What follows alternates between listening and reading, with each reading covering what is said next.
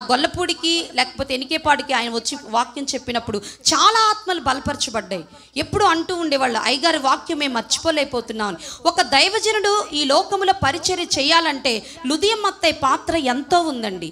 ఒక తల్లి ప్రార్థన ఒక గొప్ప దైవజనుడి ఒక పట్టణానికి సమర్పించింది. ఆమెన్. మరి ఆవిడలో నేను ఒకటి చూసింది ఏంటంటే, పనంతా చేసేసుకొని 1 గంట సేపు ప్రార్థన చేసేది. హల్లెలూయా. మామయ్య వాళ్ళు వెళ్ళిపోయేవాళ్ళు, అయ్యగారు వాళ్ళు మేము సెలవుల్లో వెళ్ళినప్పుడు మేము చూస్తూ ఉండేవాళ్ళు. మాకు తొందరగా టిఫిన్ పెట్టేసేది, వంట చేసేసేది, స్నానం చేసేసి 1 గంట సేపు నాతో మీరు ఎవరు మాట్లాడొద్దని గదిలోకి వెళ్ళి తలుపులేసుకుంటే నాకు చాలా ఆశ్చర్యం. ఆ రోజుల్లో మేము చిన్నవాళ్ళం కాబట్టి ఈమె ఎక్కడికి వెళ్తుంది, లోపల ఏం చేస్తుందని తలుపులు తీసి ఇట్లా చూస్తే కన్నీరు మున్నీరుగా ప్రార్థన చేసేదండి. నేను సెలవు రోజుల్లో చూసేదాన్ని, ఈవిడికి ఏమైనా పెచ్చబట్టిందా ఏంటి, ఇలా ఏడిచి ప్రార్థన చేసిద్ది ఏంటి అనుకునేదాన్ని. కానీ ఎందుకు అలా ఏడవాలో ఇప్పుడు నాకు అర్థమవుతుంది. హల్లెలూయా. ఎందుకని ప్రభు సన్నిధిలో మనము దుఃఖపడినప్పుడంట ఆ దుఃఖము మనకు నాట్యంగా మార్చుతాడంట. మరి ఆమె ఆ రోజుల్లో అలాగ గంట సేపు అండి బయటకు వచ్చేది కాదు. మేము అత్తయ్య అన్నమంటే ఇంక వస్తున్నానమ్మా అని చెప్పేది. ఇలాగ గంటలు ప్రార్థన. తర్వాత ఈ కల్లూరు ప్రాంతానికి వచ్చిన తర్వాత కూడా ఆమె మందిరములో గంటలు ప్రార్థన చేయటం మేము కళ్ళారా చూసేవాళ్ళం. మరి ఈరోజు పరిచర్య ఇలా ఉందంటే ఆమె మన మధ్యలో లేకపోయినా ఆమె వేసిన ప్రార్థన విత్తనము మొలిచింది. చేతులెత్తి గట్టిగా ఆమెన్. ప్రార్థన విత్తనం ఈ స్థలములో మొలిచింది. హల్లెలూయా. కొంచెం గట్టిగా హల్లెలూయా అంటారా? కొంచెం చేతులెత్తి, ఇంకొంచెం చేతులెత్తి. ప్రార్థన వలనే పయనము, ప్రార్థనే ప్రాకారము, ప్రార్థనే ప్రాధాన్యము, ప్రార్థన లేనిదే పరాజయం.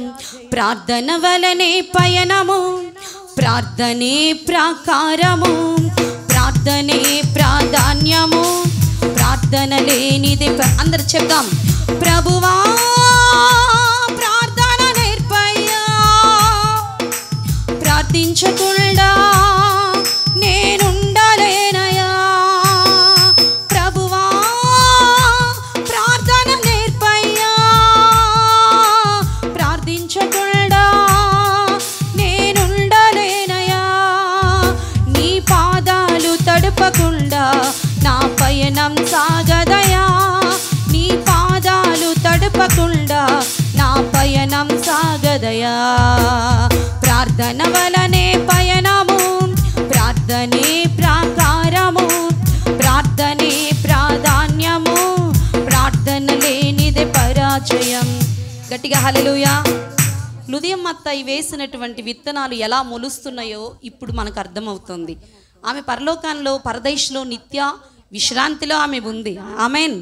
ఆమెకు అక్కడ బాధలు లేవు, కన్నీళ్ళు లేవు. ఇక్కడ బాధలు పడేది. కొత్త విశ్వాసులు మందిరానికి రావాలని బాధపడేది. కొత్త మందిరం అప్పటికి ఇంకా కట్టబడలేదు. ఆ రోజుల్లో మందిరాలు కట్టబడాలని కన్నీటితో ప్రార్థన చేసేది. అవన్నీ దేవుడు నెరవేర్చాడు. హల్లెలూయా. దేవుడు సన్నిధిలో మనం ఏదైతే అడుగుతామో అది మన జీవితాల్లో ఉన్నా లేకపోయినా, మనుషులు ఉన్నా లేకపోయినా దాన్ని తప్పకుండా మనం ఏం చేస్తామండి, పొందుకుంటాం. మరి ఇది ఆమెను గూర్చినటువంటి సాక్ష్యం. అయితే కూడికను మనం ఎందుకు పెట్టుకోవాలి, ఆమె ఎక్కడ ఉంది అనే కొన్ని విషయాల్ని ఈ రాత్రి మీ వద్దకు తీసుకొచ్చి నా వాక్యాన్ని ముగిస్తాను. ప్రసంగి గ్రంథం 12వ అధ్యాయం, ప్రసంగి గ్రంథం 12వ అధ్యాయం 7వ వచనాన్ని మనం చదువుదాం. ప్రసంగి గ్రంథం. మన్నైనది వెనకటి వలనే మరలా భూమికి చేరును, ఆత్మ తాను దయచేసిన దేవుని యొద్దకు మరలా చేరును. ఇక్కడ చూడండి, జ్ఞాని అయినటువంటి సొలొమోను రాస్తున్నటువంటి మాట ఏమంటున్నాడు, మన్నైనది వెనకటి వలె ఎక్కడికి వెళ్ళిపోద్దంట, భూమిలోకి వెళ్ళిపోతుంది. ఆత్మ మాత్రం దయచేసిన దేవుని సన్నిధికి వెళ్ళిపోతుంది. చాలా జాగ్రత్తగా కొంచెంసేపు ఈ మాటలు మీ వద్దకు నేను తీసుకొస్తాను. ఒకటి, యేసుక్రీస్తులో రక్షించబడిన వారి యొక్క ఆత్మ ప్రయాణం, యేసులో రక్షణ పొందని వాళ్ళ ఆత్మ ప్రయాణం. ప్రపంచంలో 2 రకాల మనుషులు ఉన్నారు. ఒకటి భక్తులు, రెండవది భక్తి హీనులు. ఇంకొక మాటలో మనం చెప్పాలంటే యేసయ్య భక్తులు, ఇంకా ఇతరితర భక్తుల గురించి కూడా మనం మాట్లాడుకుంటున్నాం. ఈ రాత్రి నా ఉద్దేశం ఏంటంటే, యేసు ప్రభు అంగీకరించిన ప్రతి ఒక్కరికి రక్షణ ఇచ్చాడు. లుదియమ్మ అత్తయ్య యేసుని నమ్ముకుంది. యేసు దగ్గరికి రాకముందు ఆమె కూడా భక్తురాలే. కానీ ఆ భక్తి ఆమెను ఏం చేసిందంటే నిజమైన రక్షణలోకి నడిపించలేదు. కానీ యేసు ప్రభు ఎప్పుడైతే ఆమె హృదయంలోకి వచ్చాడో ఆమెకు తీర్మానం చేసుకుంది. ఏంటి ఆ తీర్మానం అంటే, యేసయ్య నువ్వు మాత్రమే నాకు దేవుడివి. వాక్యంలో ఉంది కదా, సామెతల గ్రంథంలో కూడా, నరుని ఆత్మ యెహోవా పెట్టిన దీపం. ఈరోజు ఇక్కడ కూర్చున్న మీ అందరి లోపల ఆత్మ దీపం ఉంది. నువ్వు బ్రతికిన కాలంలో రక్షించబడి ఆత్మని వెలిగించుకుంటా బ్రతకాలి, వెలిగించుకుంటా బ్రతకాలి. ఆ ఆత్మ ఆరిపోకూడదు. దాన్నే బైబిల్ పెట్టిన పేరేంటంటే రక్షించబడినటువంటి విశ్వాసులు. రక్షించబడిన విశ్వాసులు, రక్షణ లేని విశ్వాసులు. కొంతమంది చర్చికి వస్తారు, సంవత్సరాలు వస్తారు, పాస్టర్ గారు వాక్యం చెప్తారు, పాస్టర్ గారు వాక్యం చెప్తారు, రక్షణ పొందండి అంటే, అమ్మో మాకు భయం అండి. మరి చర్చికి ఎందుకు వస్తున్నారు అంటే, చర్చికి వస్తే అమ్మగారు అయ్యగారు ప్రార్థన చేస్తే మాకేం జరిగిద్ది? మేలు జరిగిద్ది.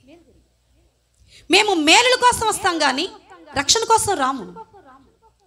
యేసయ్య రాత్రి మాట్లాడుతున్నాడు, నీ లోపల మంటి శరీరములో ఆయన మహిమ కలిగిన ఆత్మను పెట్టాడు.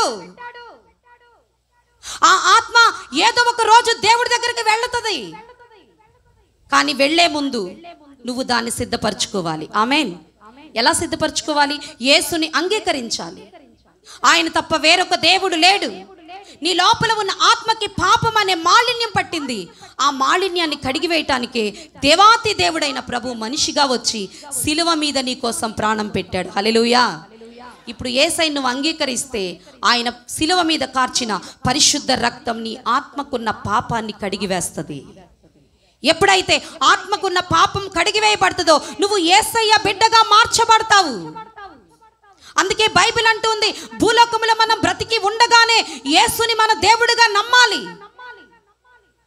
ఎందుకంటే ఎవరము ఎప్పుడు ఆయన పిలుస్తాడో మనకే తెలియదు. ఆయన ఎలా పిలుస్తాడు? 90వ కీర్తన మొదటి వచనం చదవండి ఒకసారి. ఎలా పిలుస్తాడు? అక్కడ చక్కగా వ్రాయబడి ఉంది. ఎలా పిలుస్తాడంటే, ఆయన నరులారా, 90వ కీర్తన, ప్రభువా తరతరములో మాకు నివాస స్థలం. ఆగండి, ఇక్కడ తరతరాలకి ఏంటంట మనకు, అక్కడ మనకు నివాస స్థలం ఎవరంట? ఆయనే. మరి భూమి మీద కొన్ని లక్షలు పెట్టి ఏం కట్టుకుంటున్నావు?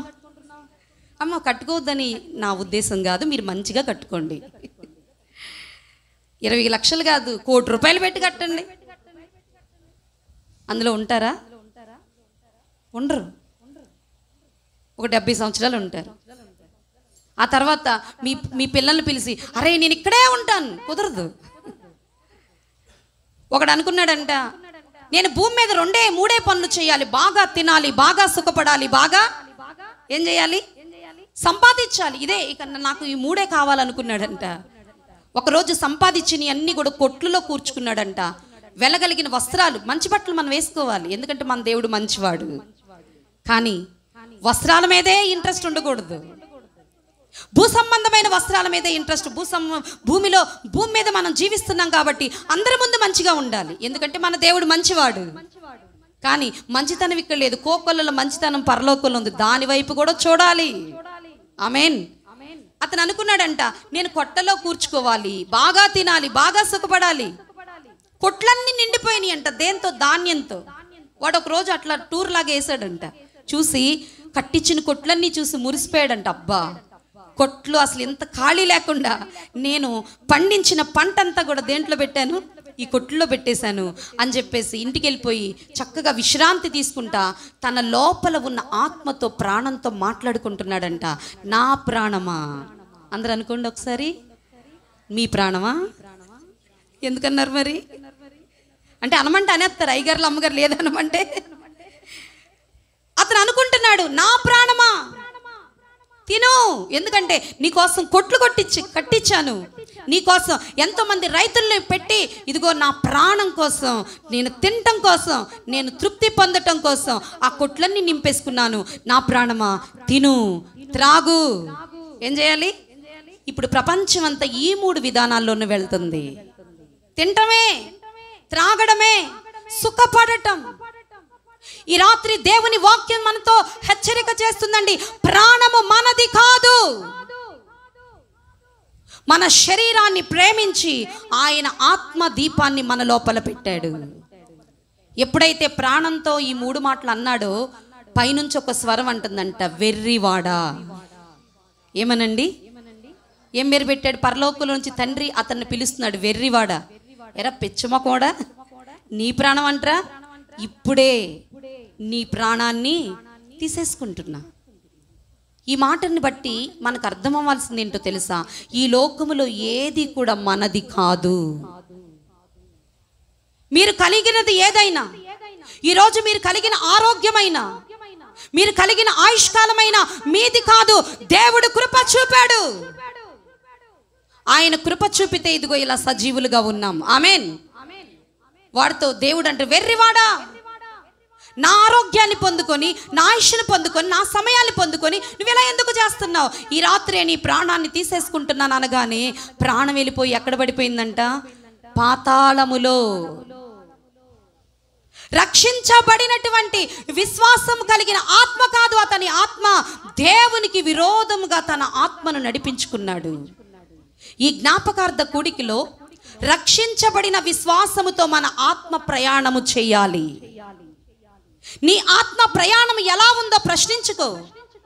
నీ జీవితంలో చాలా సంవత్సరాలు గడిచిపోయాయి. నీ ఆత్మ ప్రయాణం దేవుని చిత్తములో ఉందా, నీ ఇష్టములో ఉందా? దేవుని చిత్తములో అతని ఆత్మ లేదు కాబట్టి ఆత్మ ఎక్కడికి వెళ్ళిపోయిందంట? లూకాసు వార్త 16వ అధ్యాయం అనుకుంటుంది. అతని ఆత్మ ఎక్కడికి వెళ్ళిపోయిందంట? చూడండి ఒకసారి, ఏమని వ్రాసి ఉందో చూడండి. లూకాసు వార్త 16వ అధ్యాయం. అతను యాతన పడుతూ ఉన్నాడంట. ఆ వచ్చిన భాగాన్ని చదువుకుందాం మనం. చూడండి, అతడు పాతాళములో బాధపడుచు కన్నులెత్తి దూరము నుండి అబ్రహామును అతని రొమ్మున ఆనుకొని ఉన్న ఎవరిని చూస్తున్నాడంట? లాజర్ని. గట్టిగా హల్లెలూయా. లాజర్ని చూస్తున్నాడు. యాతన పడుతున్నాడు. మరణము ఒక మనిషి జీవితాన్ని తారుమారు చేస్తుంది. ఆమెన్. ఒక్కసారి రాత్రి బ్రతికున్న మనందరం ప్రశ్నించుకుందాం. ఈ ఊర్లో మనందరికీ, లేకపోతే మీ అందరికీ చాలా పలుకుబడులు ఉన్నాయి. మీరు చాలా గొప్పవాళ్ళు ఈ ఊర్లో. అయ్యగారు మీకోసం ఎంతగానో ప్రార్థన చేస్తున్నారు. మీలో చాలా మంది రక్షించబడ్డారు. మీకు ఊర్లో పలుకుబడులు ఉన్నాయి, ఉద్యోగాల్లో పలుకుబడులు ఉన్నాయి, ఆధ్యాత్మికంగా ఉన్నతంగా చాలా పలుకుబడులు ఉండొచ్చు. కానీ మీరు ప్రభువైన యేసు రక్తములో కడగబడకపోతే, ఒకవేళ మీ ఆత్మ ప్రభు చేతికి అప్పగించకపోతే, మరణించిన వెంటనే జీవితము తారుమారైపోతుంది. ఆమెన్. భూమి మీద ఇతని జీవితం ఎలా ఉంది? కొట్లు, ధాన్యం, వెలగలిగిన వస్త్రాలు, ఆడంబరం, ఎంతో ఉన్నతమైన జీవితం. కానీ కన్ను మూయగానే అక్కడికి వెళ్ళిపోయిన తర్వాత అక్కడ దేవుని సన్నిధి అతనికి ఇచ్చే పనిష్మెంట్ ఏంటంటే ఒక భయంకరమైన యాతన జీవితం. అంటే ఇతని ఆత్మలో దేవునితో ప్రయాణము లేదు. నాతో ఒక మాట చెప్పండి. ఈ రాత్రి మీరే ఏమనలే, ఈ రాత్రి కొంచెం గట్టిగా, అంటే విమెన్సే మాట్లాడుతున్నారు, మెన్స్ మాట్లాడట్లేదు. అంటే మీరు ఏమన్నా పార్షియాలిటీస్ ఉన్నాయా? లేదు. దేవుడు సృష్టిలో పురుషులను స్త్రీలను ఈక్వల్గా చేశాడు. హల్లెలూయా. వీళ్ళు ఒకరికి ఒకళ్ళు, ఇద్దరు ఒకటే. సంఘంలోకి వస్తున్న స్త్రీలు కానీ పురుషులు కానీ అందరూ సమానమే. ఆమెన్. కాబట్టి గట్టిగా చెప్పండి, ఈ రాత్రి నా ఆత్మని దేవునితో ప్రయాణం చేయిస్తా. హల్లెలూయా. భూలోకంలో నువ్వు బ్రతికినప్పుడు నీ ఆత్మ దేవునితో ప్రయాణము చేయకపోతే నువ్వు ఎప్పుడు కన్ను మూస్తావో నీకు తెలియదు. డాక్టర్ గారు అంటారు, చెకప్లు అన్నీ చేసి అమ్మ 10,000 సమర్పించు, నీకు అన్ని వెరీ గుడ్, అన్ని బాగున్నాయి, ఇంటికి వెళ్ళి అంటాడు. తెల్లారి చచ్చిపోతావు. అలా ఎన్నో జరుగుతున్నాయి. మొన్న ఒకసారి ఒక సహోదరి వాళ్ళ అమ్మగారి ప్రభు సన్నిధికి వెళ్ళిపోయారు. పొద్దున్నే తెల్లవారుజాము 3 గంటలకి ప్రార్థన చేస్తా. ఆ టైంలో ఎవరు ఫోన్లు తీను. అసలు నేను బాగా ఎక్కువసేపు చేస్తుంటే సౌండ్ చూసి వెంటనే బాగా ఊరమంట ఏడుస్తుంది. అక్క, అమ్మ ప్రభు సన్నిధికి వెళ్ళిపోయింది అక్క అంటే, నువ్వు ముందు ఏడు పాపు అన్న. ఎందుకంటే ఆమెకి 90 సంవత్సరాలు. స్తోత్రం చెప్పండి. ఎన్ని సంవత్సరాలు? 90 సంవత్సరాలు. ఎన్నోసార్లు మందిరానికి వచ్చేదండి. నేను అంటా ఉండేదాన్ని, 90 సంవత్సరాలకు కూడా ఆవిడ 70 సంవత్సరాలలాగా యాక్టివ్గా ఉండేది. అమ్మ, దేవుడు ఇన్ని సంవత్సరాలు మీకు ఆయుష్కాలం ఇచ్చాడు కదా, మీరు ప్రభువుని అంగీకరించండి, బాప్తీసం తీసుకోండి, మందిరానికి రండి అంటే ఆమె ఏమన్నా తెలుసా? నాకు యేసయ్య అంటే ఇష్టం ఉండదు అనేది. అట్టంటాం కోసం ఈమె ఏడుస్తుంది పాపం మనవరాలు. అమ్మ చనిపోయింది అని ఏడుస్తుంది. నేను అన్నాను, డెఫినెట్గా నరకానికి వెళ్ళిద్ది, నువ్వు ఏడవమాకన్నా. ఆమెన్. కొన్నిసార్లు సేవకులు భయపడకూడదు, ఎందుకంటే వాక్యాన్ని రూఢిగా చెప్పాల్సిందే. ఆమె చచ్చిపోతే వెంటనే 7 గంటలకి ఆమె ఫోటో పెట్టి ఏం పెట్టారు తెలుసా? రెస్ట్ ఇన్ పీస్ అని పెట్టారు. నవ్వుతారేంటి? మీరు అదే చేసేది ఏంటంట? రెస్ట్ ఇన్ ఎక్కడండి? అసలు దేవుని వాక్యానికి మనం రాసే మాటకి ఏమైనా అర్థం ఉందా? వీడిక్కడ చనిపోగానే వీడి ఆత్మ ఎక్కడికి వెళ్ళిపోయింది? యాతన కలిగే స్థలానికి వెళ్తే నువ్వు ఎన్ని పీసులు పెట్టినా అక్కడ పీసు లేదు. ఈ పీసులన్నీ మనం చూసుకోవటానికి. నువ్వు ఎన్ని వేలు పెట్టి బ్యానర్లు పెట్టినా వాడు పీస్తో ఉండడు, ఆమె పీస్తో ఉండదు. దేవుని వాక్యం చెప్తుంది, ఎవరైతే ఆత్మలో యేసుని అంగీకరిస్తారో, యేసుతో ప్రయాణము చేస్తారో వాళ్ళు మాత్రమే అక్కడ నెమ్మదిగా ఉంటారు. ఆమేన్. ఇతని కంటే ముందు ఇంకొక ఆయన ఒకేసారి చచ్చిపోయారంట. ఆయన పేరు కూడా బైబిల్లో చెప్పాడు, కానీ ఆయనకు అక్కడ నెమ్మది దొరికిందంట. ఆమేన్. ఆ ఒక్క వర్డ్ చదవమ్మా. ఆయనకు అక్కడ ఏం దొరికిందంట? నెమ్మది దొరికిందంట. ఒక్కసారి లూకాసు వార్త 16 చదవమ్మా. 22 చదవండి ఒకసారి. 16. ఆ దరిద్రుడు చనిపోయి దేవదూతల చేత అబ్రహాము ఆనుకొనుటకు కొనిపోబడెను. దానికి పైన చదివితే అతడు నెమ్మదిగా ఉన్నాడు అని వ్రాయబడి ఉంటుంది.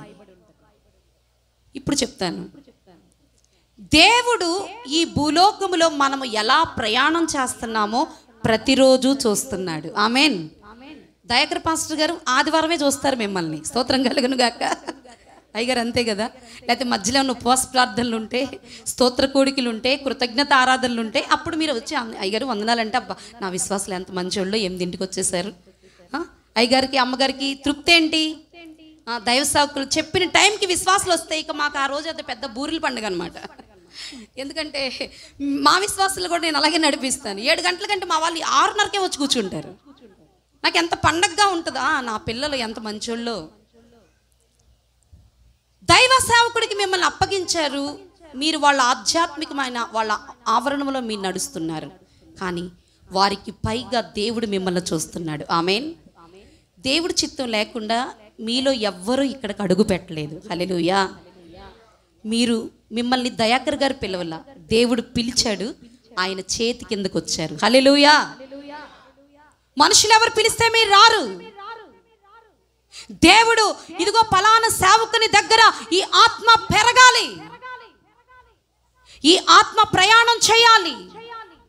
దేవునికి మనం అప్పగించుకొని ప్రయాణం చేస్తేనండి, మనం ఎప్పుడు కన్ను మూసినా అక్కడ పీస్ ఉంటుంది. ఆమేన్.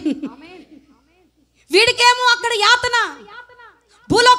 భూలోకం అంతా నాదే అన్నాడు. నాలాంటి సుఖవంతుడు ఎక్కడా లేడన్నాడు. నాలాగా ఎవడో బతకడన్నాడు. నాలాగా డబ్బు పరుడు. అసలు భూమి మీద ఆయనకి పెట్టిన పేరేంటి? ధనవంతుడు. అంతే కదా. ధనవంతుడు ఒకడు చనిపోయాను అని రాశాడు బైబిల్లో. దరిద్రుడైన లాజరు అంటే పాపం లాజరుకేమి, కానీ ఒకటి ఉందంట, అతడు జీవించిన దరిద్రపు జీవితంలో గొప్ప ఐశ్వర్యవంతుడైన దేవుణ్ణి హృదయంలో పెట్టుకున్నాడు. ఆమేన్. అయ్యా భూమి మీద నాకేం లేకపోయినా నువ్వు ఉన్నావయ్యా. మనం పాడుతూ ఉంటాం, ఒకసారి పాడదామా? కొంచెం ఉజ్జీవంగా పాడతారా? కల్లూరులో మంచి సింగర్స్ ఉన్నారని విన్నాను, కొంచెం గట్టిగా పాడండి. నీవుంటే నాకు చాలు యేసయ్యా, నీ వెంటే నేను ఉంటా యేసయ్యా, నీవుంటే నాకు చాలు. అందరు గట్టిగా పాడతారా కొంచెం? నీ వెంటే నేను కలిసి అందరం. నీ మాట చాలయ్యా,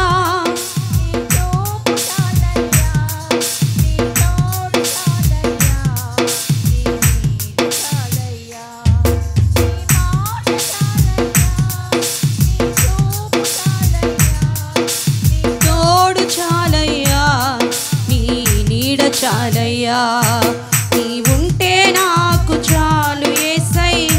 పాడాలి అందరు గట్టిగా చప్పట్లతో.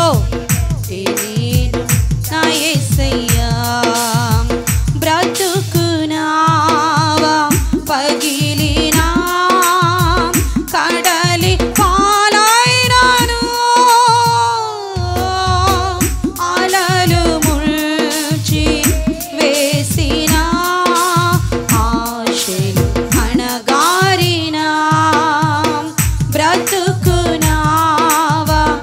పగిలినా కడలి పాలైనాను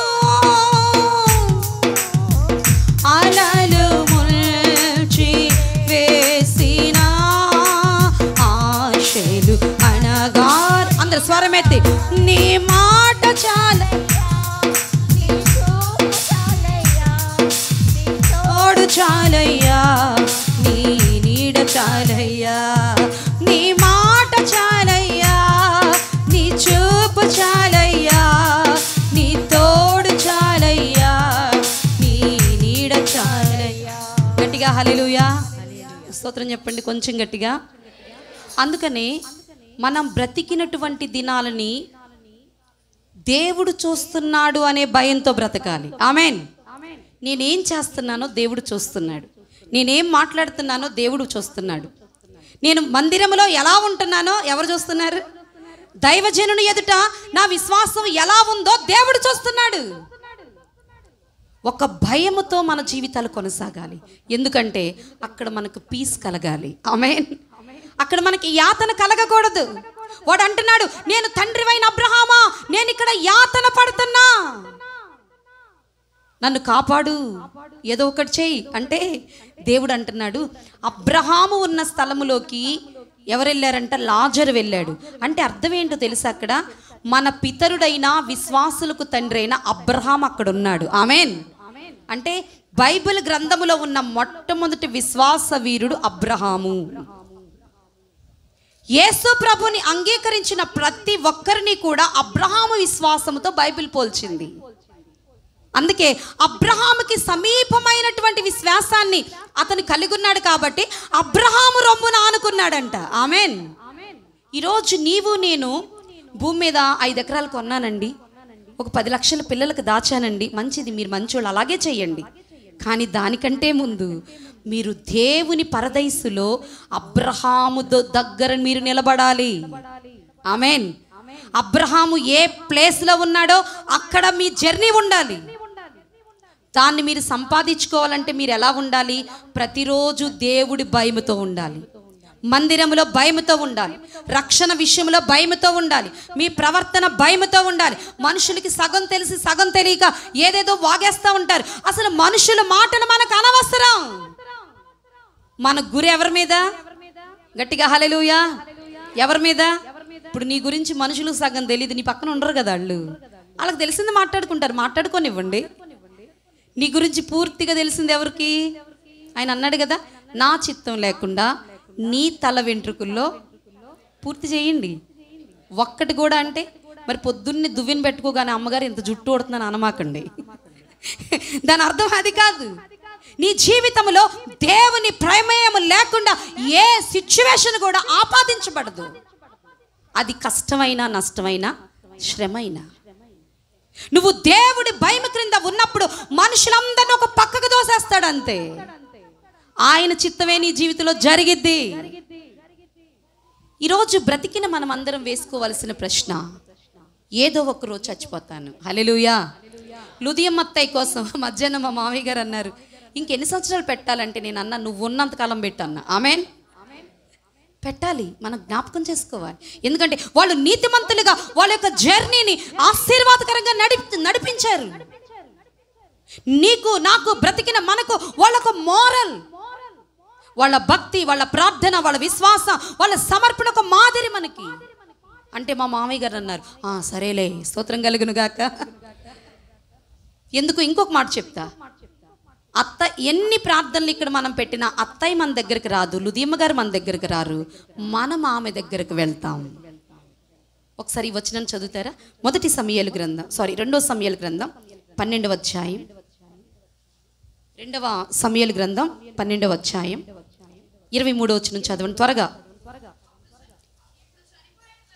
ఇప్పుడు చనిపోయాను గనుక నేనెందుకు ఉపవాసం ఉండవలెను? వాణ్ణి తిరిగి రప్పించగలనా? నేను వాని యొద్దకు పోవుదును గాని వాడు నా యొద్దకు మరలా. ఎవరిని గురించి ఎవరు మాట్లాడుతున్నారు? దావీదుకు కుమారుడు ఉన్నాడు, అతనికి రోగం వచ్చింది. అతను చనిపోయేటప్పుడు రోగగ్రస్తుడిగా ఉన్నప్పుడు దావీదు బాగా ఏడ్చాడు. ఎంత ఏడ్చాడంటే, నా కొడుకుని బ్రతికించు. బ్రతికించని అడగటమే మన పని, బతికించడం ఆయన చిత్తం. హల్లెలూయా. నువ్వు అయ్యగారి దగ్గరకు వచ్చి, అయ్యగారు మా వాళ్ళకి బాగాలేదండి, మీరు ఉపవాసం ఉండి ప్రార్థన చేయండి అంటే దైవజనుడి బాధ్యత చేస్తాడు. కానీ చచ్చిపోయాడు కొన్ని పుట్టుక్కున ఏం ప్రార్థన, దయాకర్ గారిది మంచి ప్రార్థన కదా నువ్వు అనకూడదు. ప్రార్థన చేయటం వరకే దేవుని పిల్లల యొక్క లక్షణం, సేవకుల బాధ్యత. బ్రతికించేవాడు దేవుడే. దావీదంట, నా కుమారుని బ్రతికించయ్యా, రోగాన్ని తీసేయ్యా అని ప్రార్థన చేస్తే దేవుడు అన్నాడంట, దావీదు నువ్వేమనుకోవద్దు, నీ కుమారుని నేను తీసుకుంటున్నా అని చెప్పగానే పాపం అప్పటి వరకు ఉపవాసం ఉండి రోజు అన్నం తినకుండా దావీదు ఏడుస్తూ ఉన్నాడంట. ఎప్పుడైతే కొడుకు చచ్చిపోయాడో గబగబా వెళ్ళి స్నానం చేసి అరే అన్నం పెట్టండి రా అన్నాడంట. వీళ్ళందరికి మెంటలు వచ్చినంత పని అయింది. అరే ఆయన బతికున్నప్పుడేమో రోజు అన్నం తినంటే నా కొడుకు అని ఏడ్చాడు, ఇప్పుడేంటి చచ్చిపోయాడు అనగానే అసలు కనపడడు కదా, ఇప్పుడు ఈయనకి తెగాకలు అయిపోయిందా ఏంటి, ఇప్పుడు అన్నం పెట్టమంటాడు, అన్నం తింటాడు ఏంటి అంటే అప్పుడు దావీదు అంటున్నాడంట, లేదు ఇది దేవుని చిత్తం. ఎందుకంటే నా కుమారుడు దేవుని దగ్గరికి వెళ్ళిపోయాడు, నేను ఇప్పుడు ఎంత ఏడ్చినా వాడు నా దగ్గరికి రాడు, కానీ ఒక ఆప్షన్ ఉంది, నేనే వాడి దగ్గరకు ఒక రోజు వెళ్తాను. చేతుల పైకెత్తి హల్లెలూయా, గట్టిగా స్తోత్రం చెప్పండి. హల్లెలూయా. మన బాబాయిలు, మన పిన్నమ్మలు, మన అమ్మలు, మన తాతలు ఎంతో మంది ప్రభు సన్నిధికి వెళ్ళారు. మనం వాళ్ళని గురించి ఏడవకూడదు, ఒకటి మాత్రం ఏడవాలి, ఏదో రోజుని మేము మీ దగ్గరికి వస్తాం.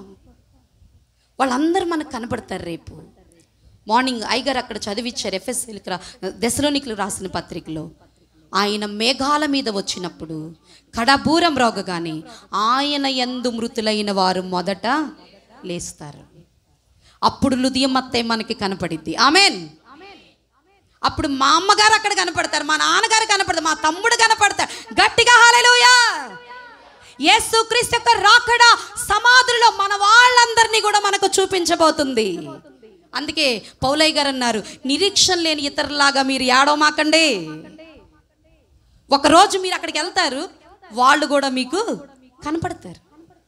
ఈ రాత్రి నేను చెప్పదలిచిన మాట ఏంటంటే, మనము యేసుతో మన ఆత్మ ప్రయాణం చేయాలి. ఏ రోజు ఎలాంటిదో మనకి, ఇప్పుడు ఇంత ప్రసంగం చేస్తున్నా, నేనుంటానో లేదో నాకే, ఇంత శ్రద్ధగా మీరు వింటున్నారు, మీరు ఎన్ని రోజులు ఉంటారో మీకు, కానీ తప్పకుండా కన్ను మూస్తే ప్రభు సన్నిధిలో మన అడ్రస్ కనపడాలి. హల్లెలూయా. పాతాళములో మన అడ్రస్ ఉండకూడదు. బెల్లి గ్రహం గారిని అడిగారంట ఇంటర్వ్యూలో, సార్ మీరు ఇన్ని అద్భుతాలు చేశారు, డాక్టర్లు చెప్పారు మీరు ఇంకా చనిపోతున్నారంట, మీ దేవుడు మిమ్మల్ని బ్రతికిచ్చుడా, మీకు బాధగా లేదా, మీ ఇంటర్వ్యూ ఏంటంటే ఆయన బెల్లి గ్రహం గారు అన్నారంట, నాకెందుకండి, నేను ఎక్కడికి వెళ్తున్నాను, నా అడ్రస్ మాత్రమే మారుతుంది అన్నాడంట. ఆమేన్. భూమి మీద ఉన్న బెల్లి గ్రహం ఇప్పుడు ఎక్కడ ఉంటున్నాడు, పరదేశంలో ఉంటాడు, అంతే, చేంజ్ అవుతుంది, అడ్రస్ మాత్రమే చేంజ్ అవుతుంది. క్రీస్తు రక్తం అటువంటి కృపను నాకు ఇచ్చింది. ఆమేన్. ఆయన రక్తం అటువంటి ఔన్నత్యాన్ని నాకు ఇచ్చింది. నా లోపల ఉన్న పాప పురుషుణ్ణి చంపివేసి ఆయన పరిశుద్ధతను నాకు ఇచ్చి, ఇదిగో నేను చనిపోయినా సరే ఆయనతో నిత్యత్వములో ఉండే కృపనిచ్చింది. ఆమేన్. కాబట్టి ఈ రాత్రి బ్రతికిన మనకి వాక్యం, దేవునితో మన ఆత్మ ప్రయాణం చేయాలని మనస్ఫూర్తిగా కోరుకుందాం. అందరూ ఒకసారి లేచి నిలబడి 2 చేతుల పైకెత్తి ఒక చిన్న ప్రార్థన చేస్తూ ఈ యొక్క